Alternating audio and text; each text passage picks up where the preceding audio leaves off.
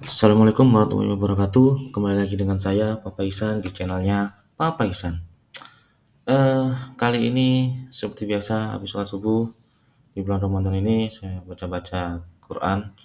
Nah, melanjutkan baca-bacaan Quran ya. Jadi nggak sampai belum belum khatam sih. Belum khatam. Jadi ini saya sampai pada surat Luqman. Saya ingin mau share mengenai surat Luqman.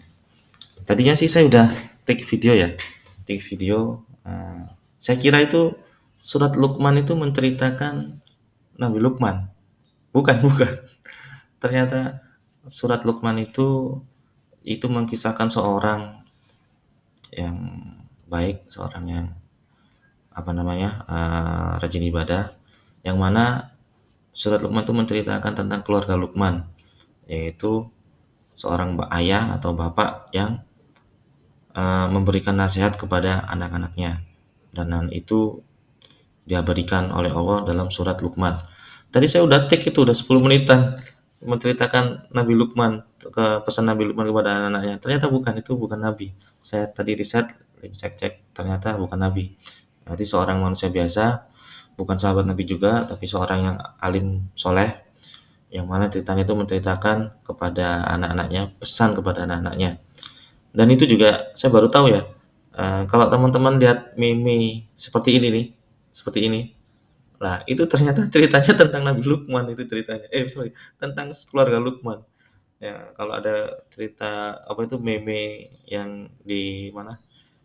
Di medsos-medsos itu yang tentang orang naik kuda dikata-katain, nggak naik kuda dikata-katain.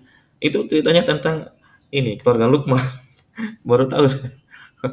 Oke, teman-teman, kembali lagi ke ini ya, yang poin penting ya. Jadi di surat Luqman itu ada Allah mengabadikan bahwasanya ada pesan-pesan uh, keluarga Luqman atau seorang ayah bernama Luqman kepada anak-anaknya yang diabadikan Allah di dalam surat Luqman. Pesan-pesannya begitu penting, saya harus share kepada teman-teman juga, mengingat apa yang saya analisa itu ternyata yang nonton channel saya itu juga ada juga sebagian besar dari orang tua, yaitu kisaran umur 30 sampai dengan 40-an itu ada.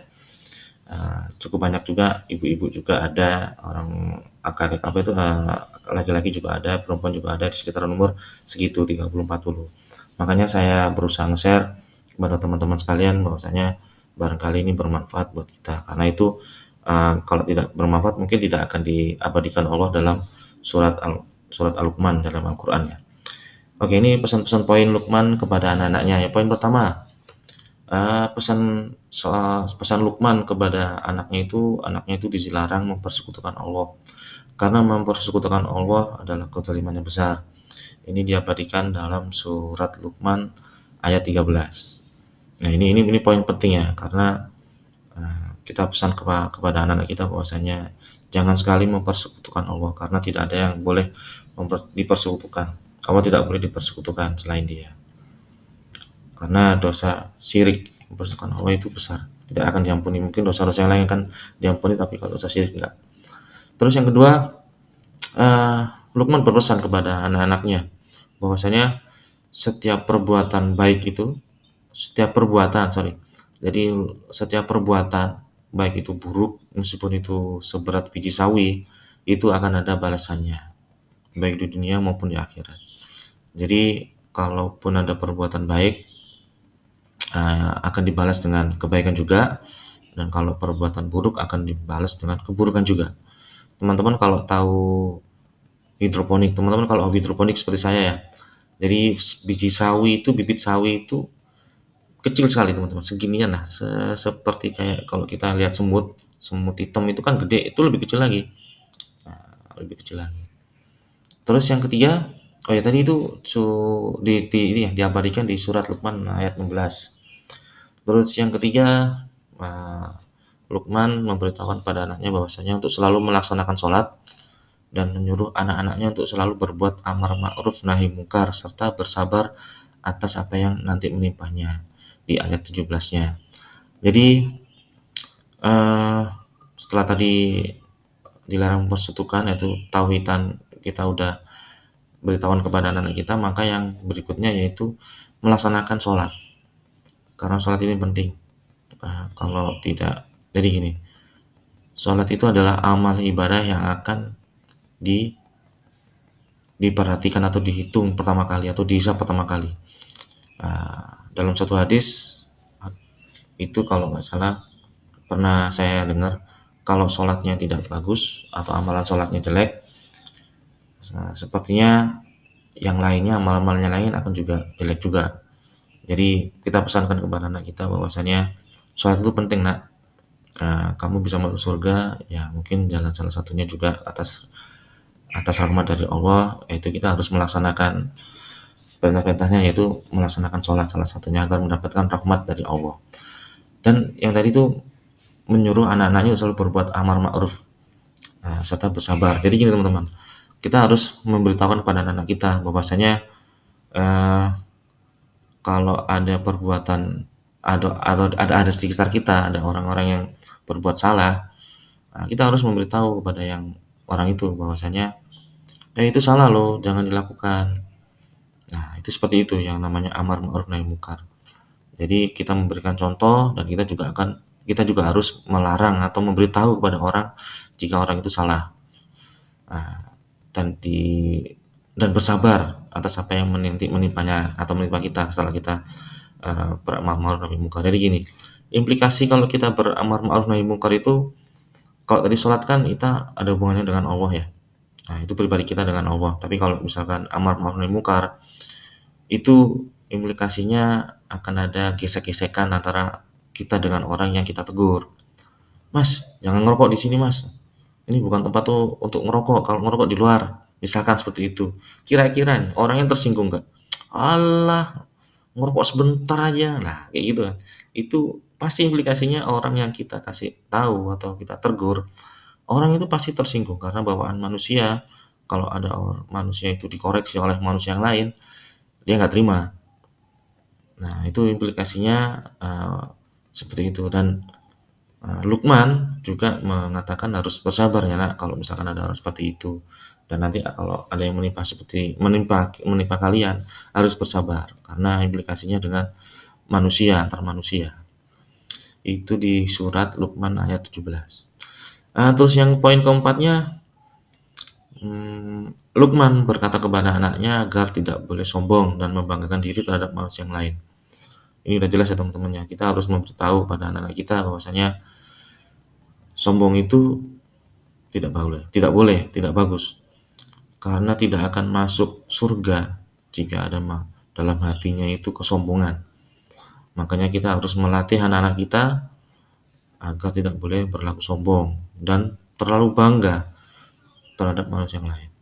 Kalau bangga itu mungkin boleh, atas pencapaian tertentu kita boleh bangga, tapi nggak boleh terlalu berlarut-larut atau terlalu membanggakan diri. Nanti ujung-ujungnya akan timbul perasaan eksklusifisme atau menganggap diri lebih terhadap orang lain. Itu kalau pribadi ya, seperti itu. Kalaupun ini, mungkin teman-teman melihat ada yang berita-berita akhir-akhir ini yang masalah harga di Gaza, di Palestina. Saya pernah baca beritanya itu bahwasanya petinggi-petinggi Israel, mereka selalu menyerang anak-anak, perempuan, dan warga-warga sipil. Mereka nyari Hamas tapi nggak ketemu, udahlah sikat anak-anaknya. Nah, sikat anak-anaknya, jangan sampai anak-anak itu tumbuh menjadi Hamas lagi. Nah, dan mereka juga menganggap bahwasanya mereka merasa tidak membunuh manusia. Ada kata-kata human animal. Nah, seperti itu saking saking parahnya sikap terlalu membanggakan diri terhadap manusia yang lain. Jadi nggak boleh teman-teman. Jadi di surat Luqman tuh kita nggak boleh, karena kalau terlalu bangga itu akan menimbulkan eksklusivisme itu akan menimbulkan rasa tidak sayang terhadap manusia yang lain. Nah, itu poin keempat, itu tersirat dalam surat Luqman ayat 18. Terus untuk yang poin kelima, ini nih. Berjalanlah sewajarnya, tidak cepat dan tidak pula lambat, serta pelankan suaramu.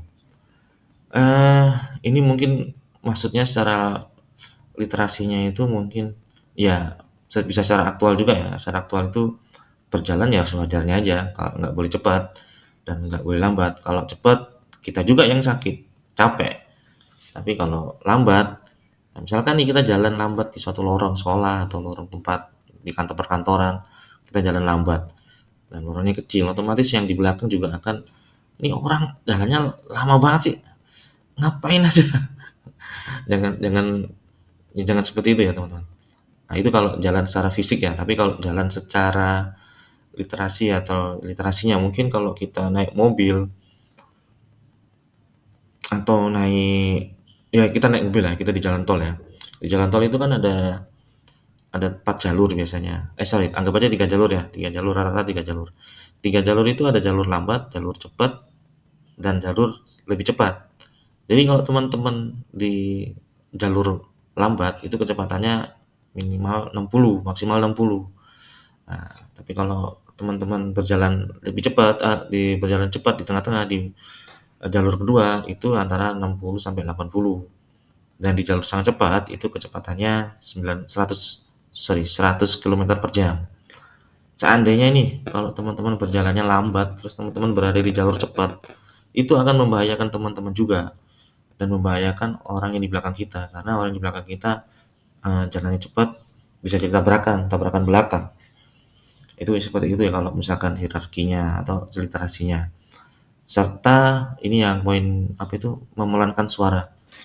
Jadi yang di poin ini itu nggak boleh jalan cepat atau lambat dan tidak boleh meninggikan suara atau mengeraskan suara. Kita harus memelankan suara. Maksudnya itu Luqman tuh berpesan kepada anaknya bahwasanya kalau bicara kepada orang ya jangan terlalu keras suaranya, karena implikasinya di sebagian daerah mungkin bicara keras mungkin wajar ya. Nah, tapi kalau di sebagian daerah yang lainnya juga itu ibarat indikasi kayak orang marahin orang gitu kan. Nah, apalagi kami sambil melotot, sambil melotot. Nggak boleh bicara sewajarnya aja. Nah, tekanan nadanya rendah, nggak boleh terlalu tinggi karena implikasinya nanti orang akan mudah tersinggung, mudah menimbulkan perpecahan. Nah, mungkin seperti itu. Oke teman-teman, itu aja yang bisa saya sampaikan. Sebelumnya bukan maksud menggurui, saya cuma sharing-sharing apa yang saya tahu setelah membaca Al-Quran. Mungkin bisa bermanfaat juga buat teman-teman yang lainnya dalam mendidik anak. Saya juga sebagai orang tua, saya punya anak 3, makanya channel ini namanya Papa Isan. Nah, anak saya namanya Isan, anak nomor 3 nih, terakhir nih. Mbaknya udah gede-gede. Anak saya yang paling kecil ini namanya Isan, baru 4 tahun. Oke teman-teman, saya berharap kita sama-sama belajar. Jangan merasa digurui oleh saya juga ada salah-salah katanya, salah-salah juga. Jadi mohon maaf bila ada salah-salah kata. Sekian dulu, wabillahi taufik walhidayah. Wassalamualaikum warahmatullahi wabarakatuh.